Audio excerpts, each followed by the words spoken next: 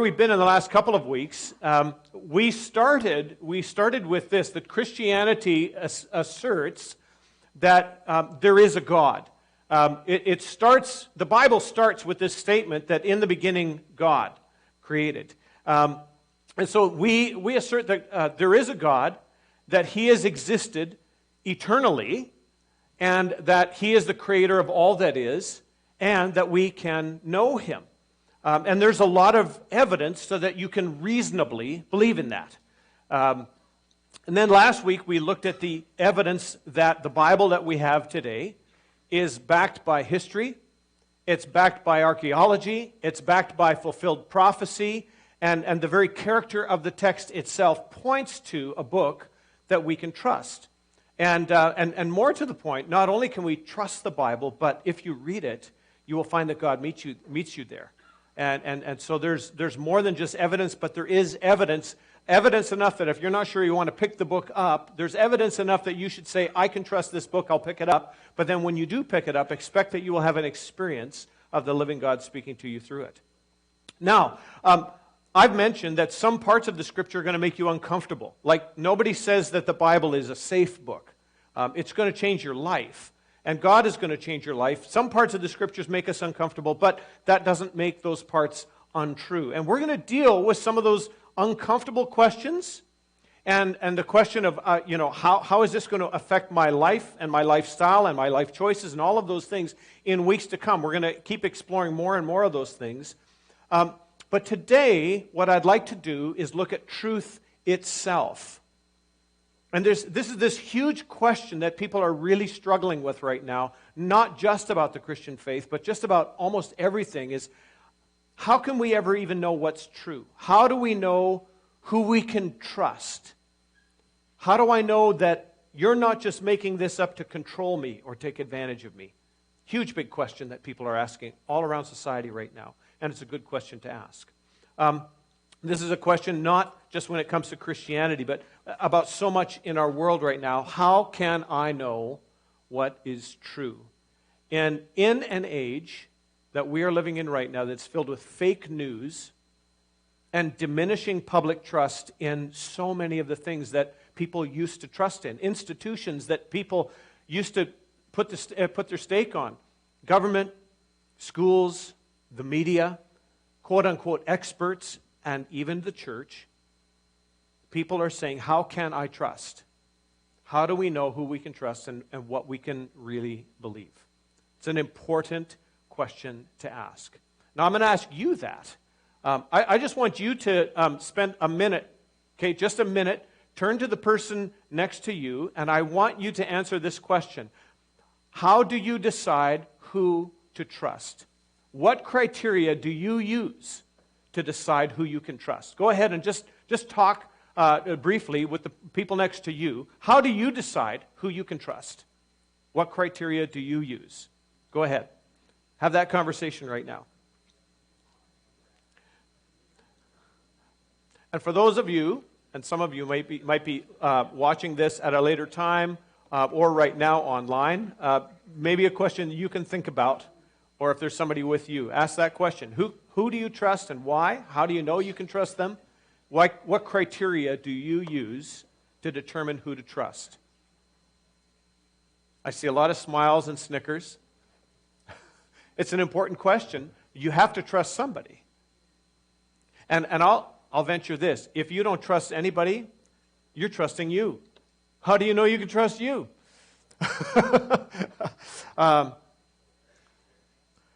So I'm just going to throw this out there to further engage us in this question. How do you know who to trust? Some people advocate that there is no objective truth at all. There is no truth.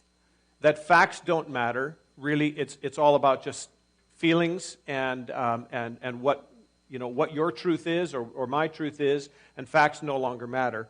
Other people push their truth on everyone around them. They say, this is the truth as I see it, and you all need to see it this way as well. The question is, does the Bible say anything about how to respond to this big question of who do I trust and what is truth? Let's take a look at John chapter 18. There's an interesting encounter there with truth. And it involves Jesus and a government leader. And I want to take a look at this morning. John chapter 18, verses 29 to 38. And this is Jesus on trial. He's on trial in front of Pilate, the Roman governor. The Jewish experts and religious leaders are advocating Jesus be killed. And so Jesus is there on trial. It says in Luke chapter 18, verse 29, so Pilate, the Roman governor, came out to them, and he asked the Jewish leaders, what charges are you bringing against this man? Their answer is really interesting. If he were not a criminal, they replied, we would not have handed him over to you. It's not a direct answer, is it? Pilate said, take him yourselves, judge him by your own law. You do you. Right? But we have no right to execute anyone, they objected. So their objection is not, you can find him guilty or not. It's we want him dead, and we just can't pull it off. We need your help. And what verse 32 says, it's this little aside that says this took place to fulfill what Jesus had said about the kind of death he was going to die.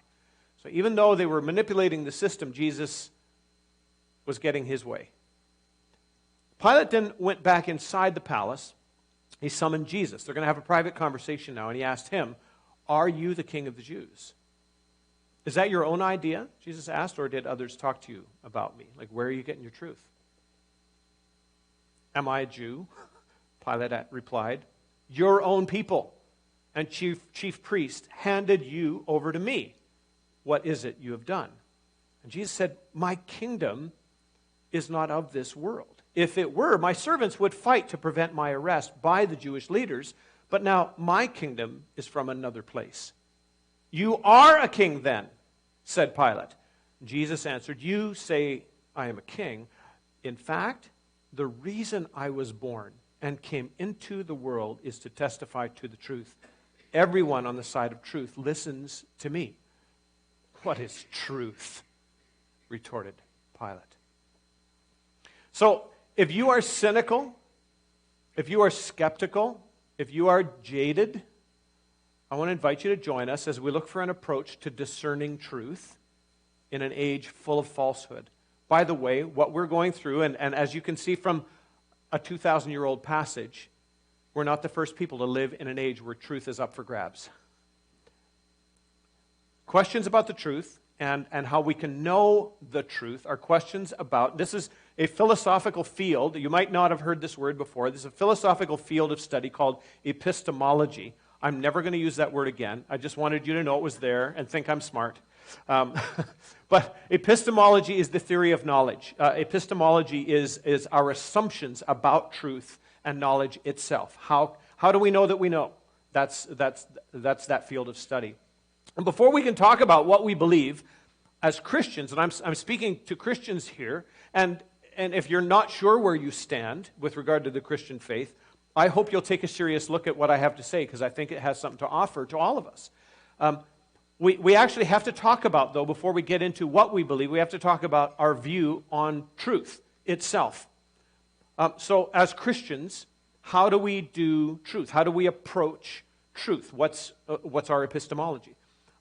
I'll say several things here, and granted, there's so much we could unpack, and I can't do it in one short sermon, and this isn't even going to be, I promise it won't be a short sermon, but you won't burn the turkey. Number one, as we approach truth, and that is this, and this distinguishes us from some points of view in the world, Christians do believe there is a truth. And more to the point, Christians believe that truth corresponds with reality.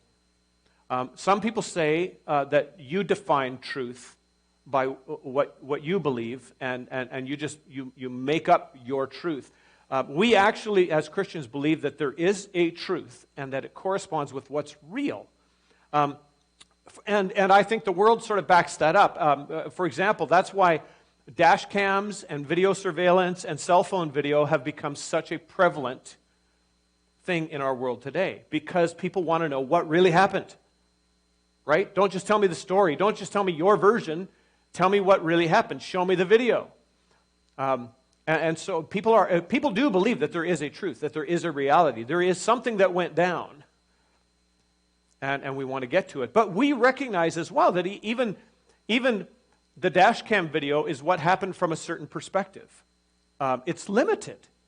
It's limited to time. We don't know what led to, what we see on the video. We don't know what happened afterwards, and we're only seeing one shot, and maybe it's grainy, right? We know that one perspective can actually be framed to exclude certain things or to capture a big perspective on maybe something small that happened. But we do know this: video helps. That's why we look for multiple shots, right? That adds up to more truth. Bottom line, we believe there is a truth, and that truth corresponds with reality. Secondly, we acknowledge that context affects anyone's understanding of the truth. It doesn't change the truth, but it does change how we see it and how we feel about it. So this is where many people speak of, speaking your truth or my truth. And what they're really talking about is speaking their feelings and their experience about a certain thing that went down. And I'm going to pause, and you'll notice that I've got truth capitalized there. And I just want to differentiate here and say there's a big T truth, something that's true for everyone at all times. It's the real deal. It's reality. And then there's a small t truth. And that's what you and I feel and see and sense, right? So if you can just kind of distinguish those a little bit. And we have those, the big T truth and the small t truth, even when it comes to the Bible. There is a big T. The Bible is true. Christians believe the Bible is true and that it means one thing.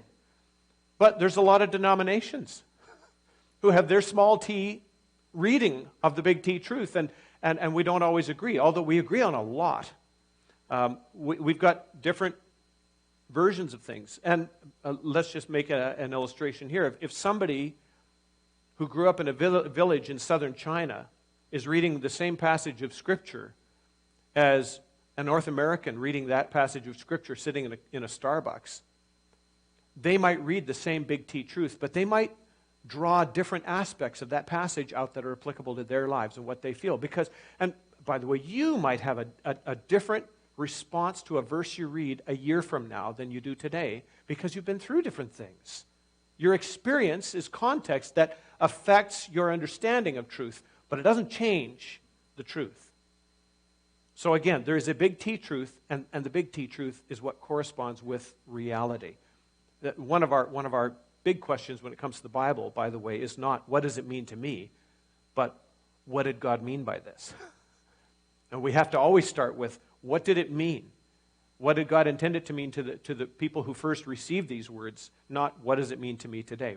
That's the wrong place to start in Christian thinking if we're going to be honest about how we approach the Bible. So we believe there's a truth. We do acknowledge that context affects our understanding of that truth. And then thirdly, although we will never know all of the big T truth because our perspective is always limited.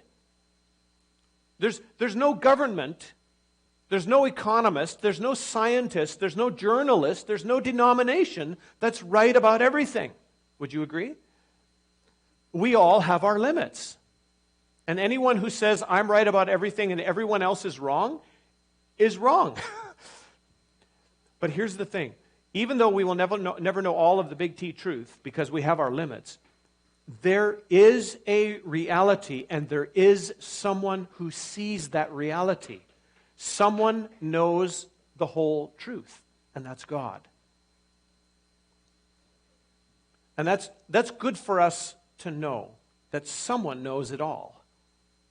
Now, I want to quote here, there's a Dutch pastor and theologian, his name is Herman Bavinck, and he said this, he said, it's impossible for God to fully reveal himself to his creatures. For the finite, that's us, does not grasp the infinite. No matter how much God might show me of himself, there's always something more I need to learn. No matter how much God would reveal of himself to us, we don't have the full picture because, you know what? He's infinite. There's no limits on God, and there's always limits on you and me. I just can't know everything.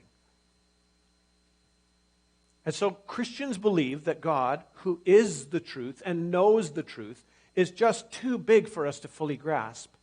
And yet, we believe that God is capable and interested in revealing himself to us, and that he has, and that we can have a relationship with him. I'd put it this way. Can a 3-year-old have a relationship with their parent? Absolutely they can. They can know them. They can love them. They can delight in them. They can trust them, even though that child doesn't have anywhere near a full understanding of their parent's life. They just don't. Can you click to the next slide, please? Thanks.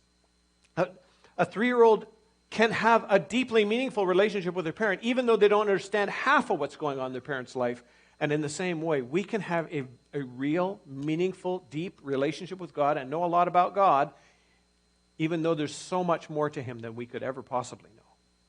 And God has revealed himself to us.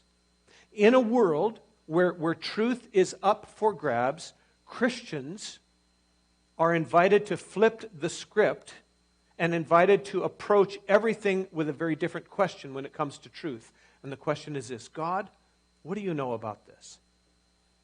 It's a totally different question when it comes to approaching truth. God, what do you know about this? Because if God is real, and this is what we've tried to establish, that there's good reason to believe that God is real, then it logically follows that he knows what is really real. And he knows what to do about it. And you can ask that question about everything. What does God know about economics? Because he knows. What does God know about politics? What does God know about vaccines? What does God know about wars? What does God know about racial tensions? What does God know about sexuality? He knows. He knows. And so the question then is, how do we go looking for the truth? Pilate asked Jesus, "Are you the king of the Jews?" What was the answer to that? Are you the king of the Jews? Well, yes, but not like you have in mind, Pilate. In other words, the answer to that question required nuance, didn't it? And so that's why Jesus didn't answer it with a yes or a no. And this is why in our time truth is a commodity that is at such a premium, because people don't want to take the time in our society, take the time to actually pursue truth. They want the instant, Twitter or Facebook post answer. I want an answer now, and I want it to be simple and quick. People are looking for an expedient answer. That's one way that people are looking for the expedient answer. And the expedient answer for the Jews is, we just want an answer that's going to help us get Jesus killed. Pilate, on the other hand, Pilate just wanted to keep the peace. And so he was just, he was worried about a riot among the Jews. He just wanted to keep the peace. And so he was looking for an answer that satisfied him emotionally. And so I would encourage you to beware of either of those ways of looking for truth. Beware expediency and beware emotion, because those will not lead you to the truth. The Jews were jealous. They were fearful. They were angry. And anytime people are motivated by jealousy, fear, and rage, they're probably not going to drift closer to the truth. Pilate was skeptical, and he was tired. Also politically afraid. He was also motivated by expediency and emotion. So beware those things. Also beware the simplistic answer. Truth, I'll just tell you right now, truth takes time to flesh out. If truth fits in a Twitter post, you probably don't have the full story. Now, let me make an argument right now, just to show you the dangers of expedient or emotional or simplistic answers. Just a quick show of hands here. Does anyone want to abolish the police tomorrow? Does anybody think that our town would be better off if we abolished the police tomorrow? I'm not seeing any hands. Okay, probably no. So, but here's the deal. The police don't work. I'll prove that to you. Here's the deal. Police are there to stop crime from happening. We still have crime. Obviously, the police don't work. Get rid of the police. Is that too simplistic? You need a little more nuance than that, right? Solution didn't solve the problem 100%. Get rid of the solution. you know that that's too simplistic. It doesn't make room for context, like what kind of crime? What's going on in that town? How many police were involved? How well trained were they? It doesn't make room for context. It doesn't make room for nuance. It doesn't make room for a spectrum of effectiveness. Well, they solved a lot of crime. Not all of it, but it's a lot better because they're here. Okay, well, then let's go to the next step. Let's talk about the emotional response or the anecdotal evidence. I had a friend once who had a bad experience with the police. You should not trust the police. They're not helping. In fact, I once read about a police officer who broke the law. You know what the headline should read? Police make crime increase. Right? I mean, you could go there, and is that true? Do police make crime increase? Well, technically yes, but we know that that's not a good answer. Here's the deal. Anecdotal evidence is not really evidence. That's somebody's story. Okay? And an isolated incident doesn't mean the whole system is exactly like that. Beware of those things. It's too simplistic. But it's the way that the world's responding right now. Another objection, the police are only doing it for the money. You can't trust them. They're only doing it because it's their job. Is that a good argument, by the way? Can people only be trusted if they do their work for free? Does your mechanic work for free? Do farmers just give away the grain and the cows? The pilot who flies you across the country. No pay needed. I just love doing this. The guy who builds your house. I'll do it for free is not the mark of qualification. The person who knows their stuff is likely to end up getting paid for it. So those are some things to just kind of be aware of. What are some unhelpful alternatives when it comes to deciding who I can trust? Well, number one, I'll give you this. As an unhelpful alternative, arrogance. Arrogance says, I know I'm right, and nobody will convince me otherwise. Arrogance doesn't listen. It insists that others listen, but it doesn't listen. Arrogance is a bad approach. Relativism says, well, everyone can be right in their own way. Don't push your truth on everyone. Let people do what they feel is best for them when it comes to the police. Some people will call the police for help. Others can take the law into their own hands. It's all okay. Do what's right for you. Some people will pull over when the police light up their sirens, their lights. Others won't. It's okay. Give people the choice. But we know that doesn't work that way in the real world because that would end in anarchy and it'll be worse than whatever we have now. Relativism doesn't really work in the real world. Cynicism then says, you know what? Nobody's right. Nobody's right. Everybody's in it for something, so don't even bother looking for truth. And cynicism also, by the way, doesn't listen. So here's some practical tools. I'm going to give you some practical tools, and then I want to look at something that, as Christians, is unique to us. Some practical tools when it comes to looking for truth. Variety. And by the way, the Bible teaches this. A multitude of counselors is helpful in making plans. Look for multiple sources. Look for people who are coming from different angles. You don't just want the one cell phone video. You want multiple angles so you can see. And so if you're looking for information and truth, multiple sources, different angles will probably help you get closer to the truth. If they all add up to the same thing, you're likely getting closer. And because, remember, I already believe we can't know the whole thing. So, any wise parent knows this. If two kids get in the fight, you ask, what happened? Well, they're going to give you two versions of what happened. Any marital counselor knows this too. You sit two people down in the room, and they both point fingers and say it's all them. They each have a truth, and then there is what really went on. And one wise mom said, I would ask my child, what would your sister say happened? That's a great approach.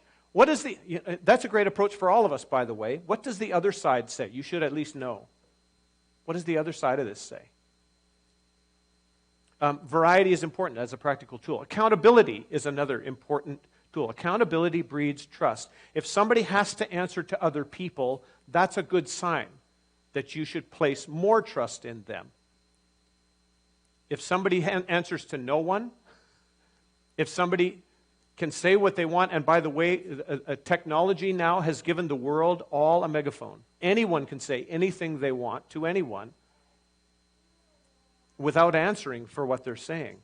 But accountability breeds trust. Credentials is one form of accountability, and that breeds trust. I want to know that the guy who's flying the plane that I climb into has credentials, had some training. Not that he watched some YouTube videos about how to fly.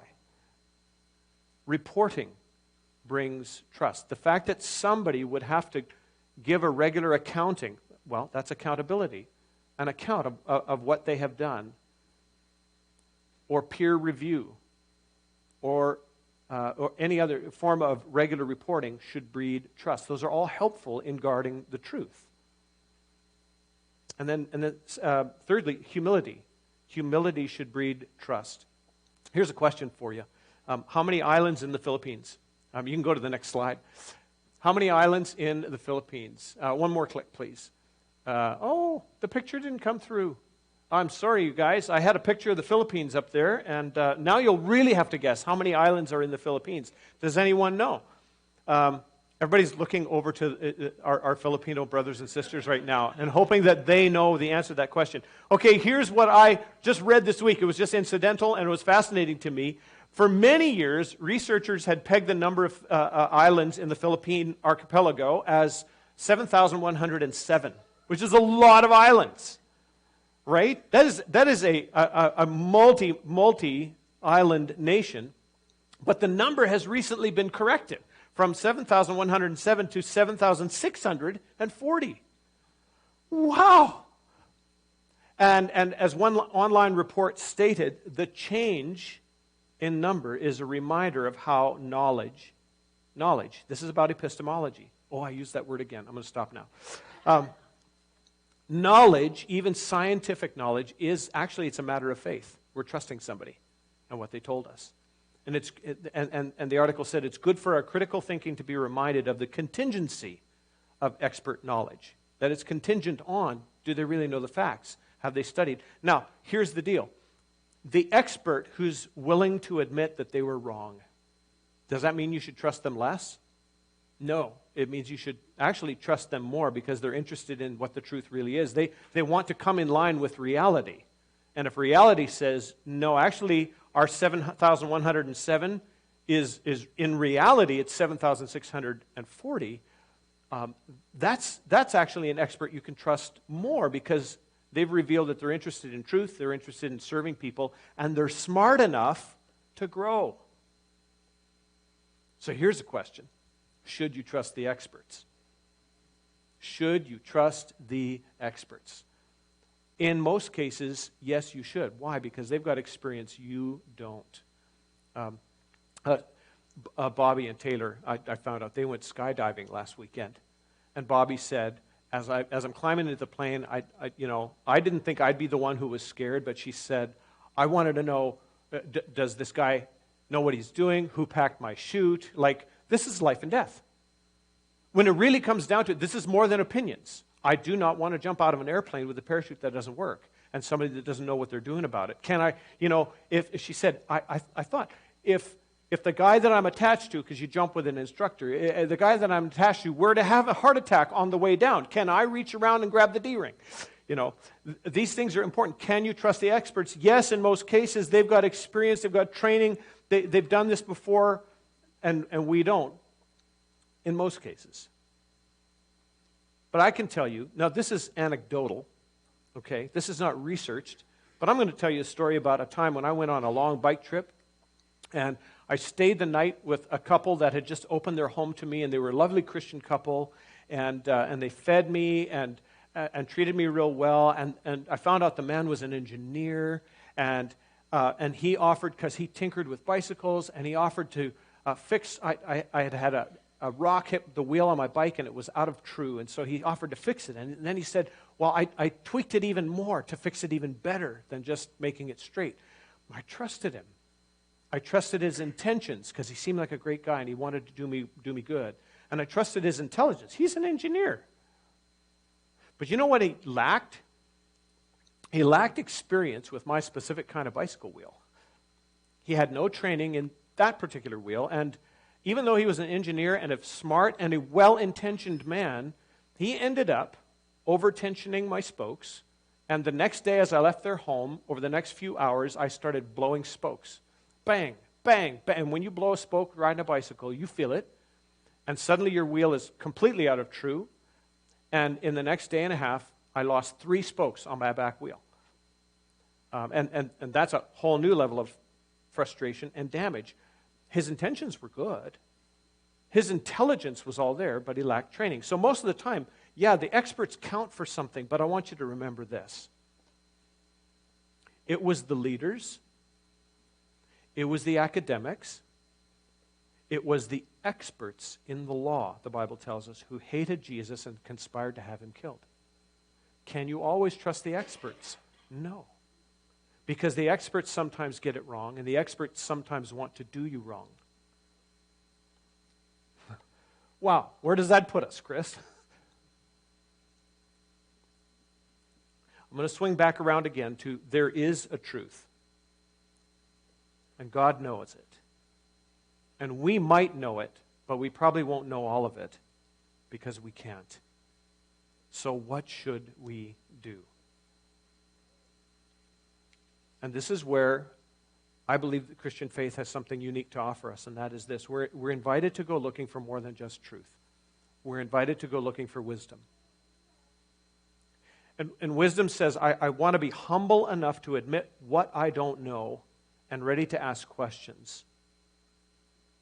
Let's take a look at the scripture. Can you bring up James chapter 3, 13 to 18? I want to read this scripture with you.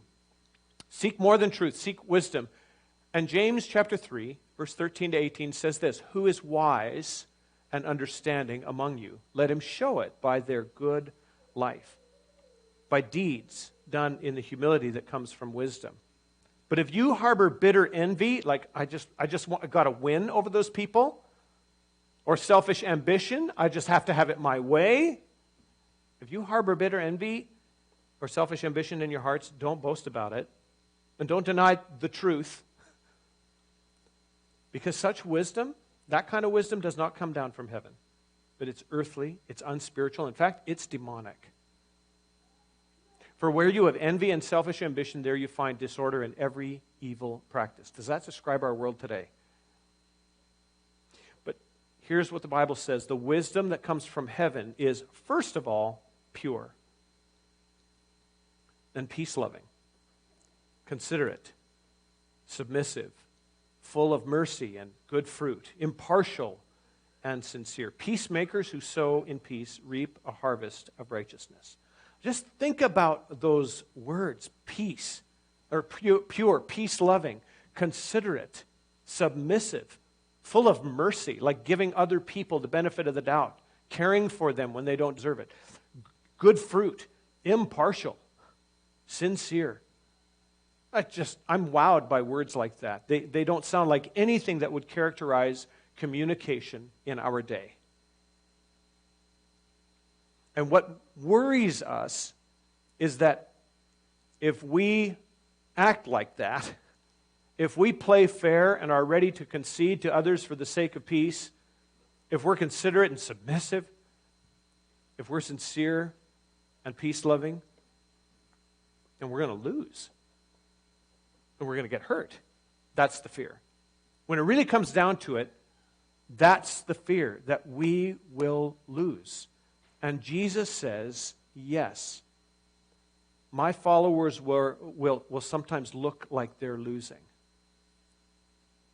But for the followers of Jesus, for people who are looking for what actually corresponds with reality, then we realize this, that we're not just in it for earthly wins. We're looking to, as it says in James, to be peacemakers who sow peace, and we are looking to reap a harvest of righteousness. That's a different motive. We want to reap a harvest of righteousness. I know that's a whole shift in thinking, but that's what the Christian faith invites you to. The Bible doesn't claim actually to speak about everything that's going on in the world. In fact, we just read last week that not everything Jesus did made it into the Gospels. There's just not room for all of it. The Bible doesn't speak about everything that's happening in the world, but it does claim to speak about how to respond to anything that's happening in your life, because the Bible leads us into a relationship of trust with the one who knows what's going on. We can know the one who knows. In John chapter 8, verses 31 to 32, it's this famous couple of verses where it says, to the Jews who had believed him, Jesus said, if you hold to my teaching, you're really my disciples. Like, if you do what I'm telling you, then that's what defines you as my followers, and then you'll know the truth.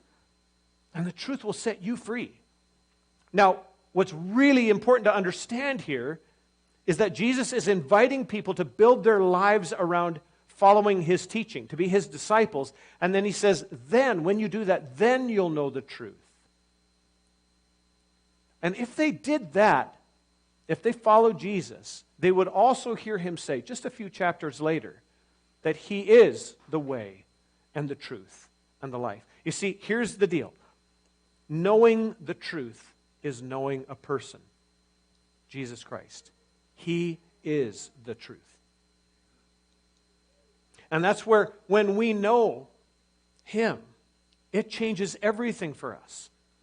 When we live in this world where everything is threatened, because who knows what you can trust. Hopefully you've got some wisdom on how you can determine what's true and what you can trust, but you're never going to get it all right. That's the worry. What if I get fooled? What if I lose? What if I behave myself and the person who's not playing by good rules wins? And this is where we need, again, the invitation is a unique one. This isn't going to make me popular, but this is the truth.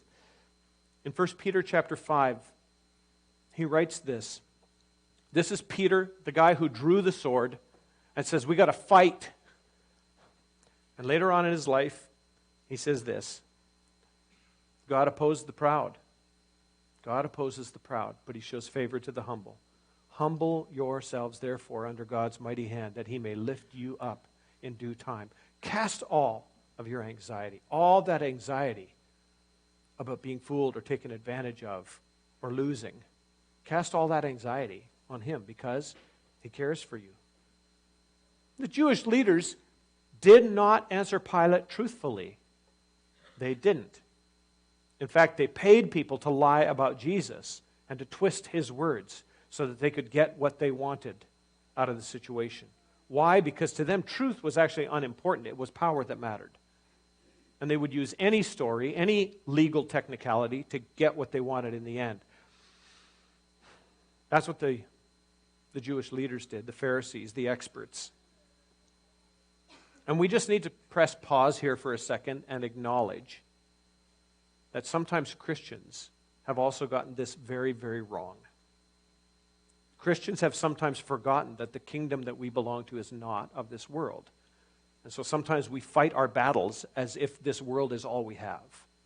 And this is where we need to humble ourselves and keep our eyes on Jesus. And be those people that are peacemakers who sow peace and look to reap a harvest of righteousness, not just a harvest of power. Jesus was about to get hurt by the system. And yet he knew that God was still at work. God was still true to his own plans, even in the way that Jesus would die. And it took place to fulfill his own prophecy. It proved him to be truthful. And Jesus pointed Pilate to the fact that there is a reality that is just as real as the one that you can see. He said, I just want to make sure I've got the right verse in front of me here. Jesus said, my kingdom is not of this world. If it were, my servants would fight to prevent my arrest. But my kingdom is from another place. In fact, the reason I was born and came into the world is to testify to the truth.